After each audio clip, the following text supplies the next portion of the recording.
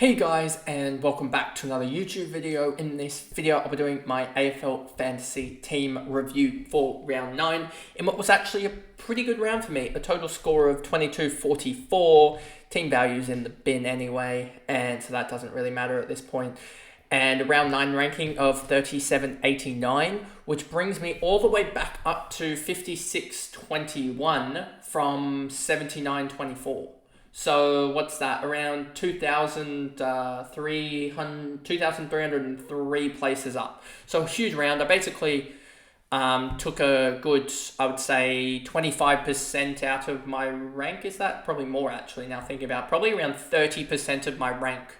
Just over 30% I believe of my rank just gone. It might even be, no, it's actually close to, thinking about it, here it's actually, just around 30% of my rank just gone, which is good. Good to be back in the top 5,500 after sort of languishing closer to the top, the bottom end of the top 10k.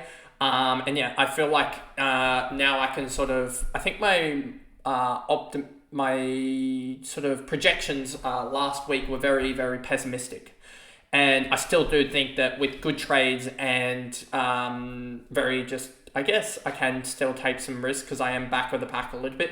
So I think with good trading, I can still get top. I mean, we just saw 2,300 ranks in that round. And if I get another good round here, I can get another probably 2,300 ranks. I know that you progressively get less of a gap.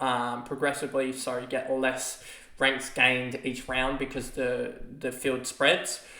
But I still feel like I can close into top 2k very, very easily. So yeah, I'm pretty happy. And before we jump into the video, remember to like and subscribe, turn the notification bell on so you know when I upload, and let's get into the recap.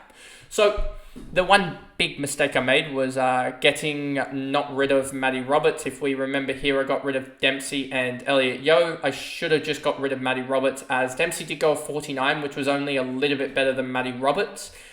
But Matty Roberts dropped 30k and Dempsey only dropped 17. So it would have been smarter just to get rid of Matty Roberts and and put one of the defenders in the forward line. One of the midfielders in the forward defender line. Sorry, I messed that up completely. And that would have got me another 9 points.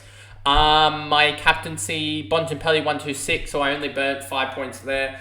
I'm pretty sure, if I remember correctly, with my, if I go here quickly and just do it times by 8, plus 147, divide that by 9. So yeah, my captaincy is what's sort of holding me up in both formats. And I did slide a little bit in Supercoach, but I'm still averaging 140 odd for the captaincy there. Whereas in fantasy, I think it's around that 120 or so this year that I'm getting. So that's one of the reasons why I'm holding up pretty well. But yeah, Sheasel 71, and I'm actually intrigued to see if I can trade him out. I know that someone did post that in one of the comments yesterday, but I am looking at possible trades with him just because his scoring isn't good enough. And if we can get a week or two ahead of trading him out and making a big move potentially to one of his partners in Fisher or McKercher, we can make a big move there and get an upgrade whilst also getting a guy that is undervalued. And I know that I've done this 2 weeks running and it doesn't really work, but I'm happy to sort of do these value trades and not one up, one down now that I'm sort of back of the pack here. And if I was in the top sort of 1k, I probably wouldn't be doing this. I'd probably just be doing one up, one down and just continue sort of rotating that. Nick Martin, so yeah, 71 from Sheasel was really poor and I don't like his new role. So yeah, if we see that Fisher and McKercher aren't dropped, which it doesn't look like they're going to be dropped, it looks like that's sort of the way they want. I know that it sucks for fantasy, but we've got to move Sheasel on. So yeah, I wouldn't be surprised. And I'm going to do this, even though I have to do later today. I just want to check who's the biggest out at the moment. Matty Roberts, what's Sheasel at? Sheasel's at 4k outs. So looking at his ownership, 65%, he's going to rock it down. And yeah, if he messes up, because he went down 52k last week with a 71. I reckon he could go down, I don't remember his break even. I reckon he could go down, say, so it's 42k for a miss of 66. If he misses by potentially 100, that's looking at 60k down. And 2 weeks of another 2 lots of 60ks, you're basically losing that a lot of money, 120k. So yeah, I would be looking at Sheasel in the next week or two if you can. Nick Martin 121. He's going to be like D1 at this point. I thought Sheasel would be, but Sheasel is dropping quickly, and Nick Martin's only 4 points behind him. You also have Nick Dacos here averaging 104, who is catching quickly. I think he may catch Martin, just because I think Nick Dacos could easily get 130s each week. He's averaging 122 and 131. And Nick Martin's going 119, 120. So it's going to be tough to catch Nick Martin from here for Nick Dacos, but I think he can. Lockie Whitfield, another one that you could consider trading as well, but I think he's just copped a couple of tags, and I don't think they'll send anyone to him in the Bulldogs game that is relevant. And I don't think Geelong may send O'Connor to him, but I still feel like he'll be fine there. So, I still feel like he's going to be fine. They may send McGuinness to him post-bye, but I feel like Whitfield is one that we can keep.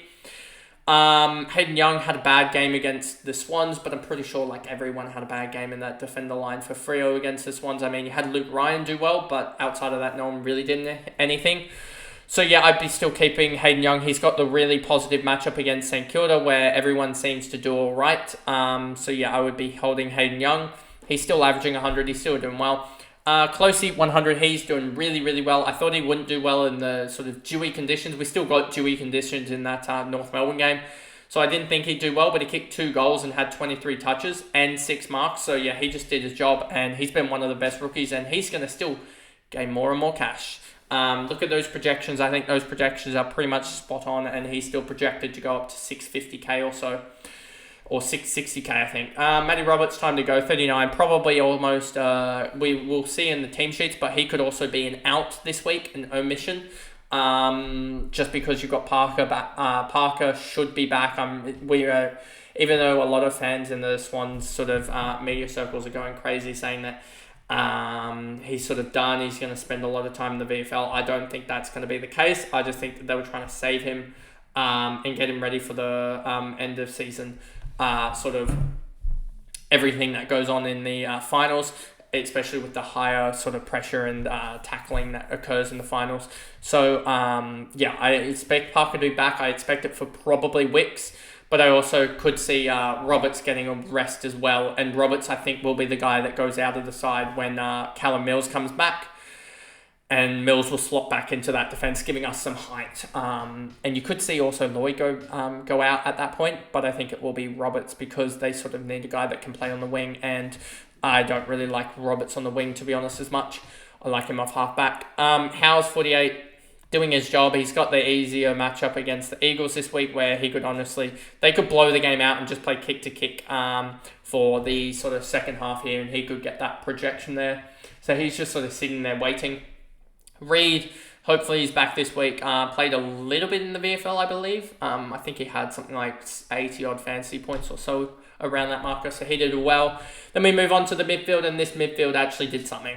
Jack Steele, 131, back to his best. Zach Butters, 128. He looked really good as well, even though no Rosie and no Sweet. I thought that he would stuff it up, but he didn't. So, he did really well. Bontempelli, 126, doubled to a 252. I took the no risk approach. I know that Nick Dacos would have beaten it by 5, but 5 points for a big amount of risk that Nick Dacos potentially goes like 100 or 110 and gets rested a little bit against the Eagles, but he did his job, especially did it really, really early. Just those two smashing it again. Riley Bonner, 129. He's been absolutely huge and a massive revelation. I mean, he's one of the reasons why I'm actually holding rank in Supercoach is just because he's putting up decent scores. He put up another, I think, 110 or so. There, Clayton Oliver looks back to his best a little bit. Needed to just Supercoach score, just got hammered because he didn't get involved in the last part of that game that they had against, was it Carlton? Did they play? Let me just check. Against Carlton, he didn't do much in the last little bit, so that's why he didn't get too much of a rating boost, I guess, or a Supercoach points boost. But he's still 99. He's getting back to his best, and I'm pretty sure if he averages 120 from the now to the end of the season, he still only puts up a 105 in fantasy. So he's basically a buy option next year, no matter what happens, unless he gets a massive injury or something, and he's like out for the start of the next season because his price, he's just going to be so much unders. Current pricing would put him at 83.7 times the 9. Let me just check this, what he would actually be at quickly here. times 83.7. He'd be priced at 755 coming into next year, and that's basically what Mills was priced at a couple of years ago. And I know that Mills had a role change and didn't look good. But Oliver is Oliver, and he'll be back in that midfield. So yeah, I really like that currently. If he stays anywhere under like a 105 average, I'm looking at that and thinking yes. Jimmy Sharp did his role. This is how wingers do. They sort of have bad games and good games, and then everything in between. His scoring is so much up and down. It would be one of the most inconsistent of the comp, I would almost say, with a 39 here, 65. I mean, it is consistent 60s and 70s and 80s, and then a couple of big games to make up for this 39 that he had. Darcy Wilson, again, similar story.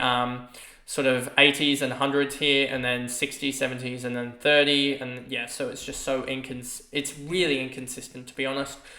And then Jai Clark 44, and then Max Gorn 109. He did really well. Then you've got Luke Jackson 73. Didn't really do much as a solo ruck, which sort of sucks. He's doing all right in Supercoach, but not in Fantasy. Jordan Sweet should be back this week. He's back in training already, so he should be fine. Isaac Heaney 106. He did his job. Probably a 2 voter, I would say. So he's probably leading the Brownlow, I would say. Or I would say he's probably 4 votes up at the moment on Cripps and Merritt, just from memory. I think he's on 8. I think the Brownlow predictor has him on 20 and everyone else on like 14, but I think he's on about 18, to be honest, at this point, and everyone else has 14 or 13. So he's got a 4-vote lead at the moment, but he's going to need 35, 36 at the moment to win it with the rate that they're coming at him. Flanders 98, which should settle down eventually as teams lose votes. You start playing each other, etc., etc. So yeah, if he gets a win this weekend and contributes, on Friday night to a win against Carlton, that'll gap him on Paddy Cripps, you would think. But yeah, Flanders 98. Did his job. Dylan Moore brought him in, and he really didn't do anything, to be honest. 2 goals to get to a 71. I thought it would be better than that. And yeah, so that might be a failed trade-in the long run, but hopefully Dylan Moore can get back to his best. Then you got Jack McRae here, 88. He actually did pretty well. And then Tom Powell, 77, not the worst. And then you had Hugo Garcia, 58. And then Seth Campbell, 68, but it sounds like Seth Campbell might be injured. So a 68 from him got him up like 7-8k, but then yeah, potential to be injured here, so I don't know about that. But yeah, 7k up, 45 break even against Brisbane, so hopefully he isn't, I need to look at the injury list to see, but hopefully he isn't injured. And yeah, the bench players didn't really do much, and that's probably one of the problems with this side at the moment, is there's just no cash generation out of it, and that's why I'm worried that I may not finish the side in general. So yeah, there is that worry, but anyway, that pretty much is the video. Short-ish video, just going through the team review, nothing much special about it. So yeah, 22-44 and up the ranks, and hopefully this week we can go up the ranks again. So yeah, that is the video, and I'll see you guys in the next one. Bye guys.